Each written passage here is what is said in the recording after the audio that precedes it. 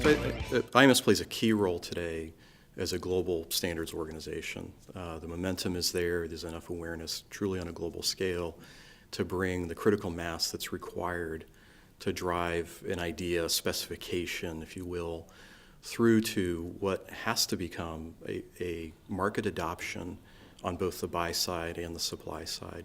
IMS has played a strong role in terms of its support for interoperability standards, I think primarily by creating a forum in which the various players, whether they're users on the output side, whether they're standards developers or whether they're vendors, can come together to talk about areas of difference and also areas of similarity.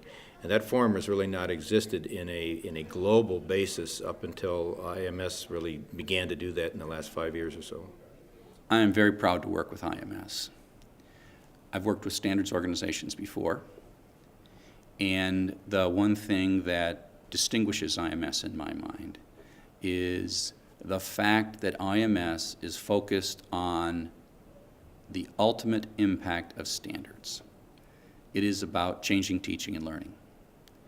And that's pretty profound. The key focus of the discussion now is what problems are we trying to tackle, and that creates a platform for us to have that dialogue with the broader market, with the users of the technology, and mainly in an effort to create the kind of change or the adoption of best practices, et cetera, that ultimately create those efficiencies that changes the focus from the technology or solving tactical issues back to where it needs to be, which is how do we leverage technology to create a more meaningful impact on learning. When looking at IMS and how it helps solve problems in and around the technology, it's good to look at the standards process itself. So not only the resulting standard, but what's the process that IMS brings to the table.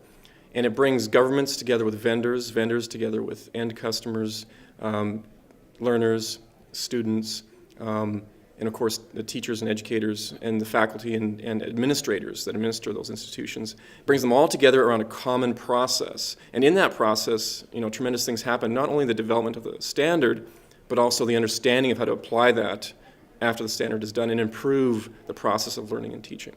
This IMS has introduced us into situations where we've been able to collaborate with institutions directly to proliferate and to implement the standards. So it's not just a standard-setting body, but it's also a body that brings parties together to do practical implementations. So it's the combination of the standard plus the practical implementation that provides significant value.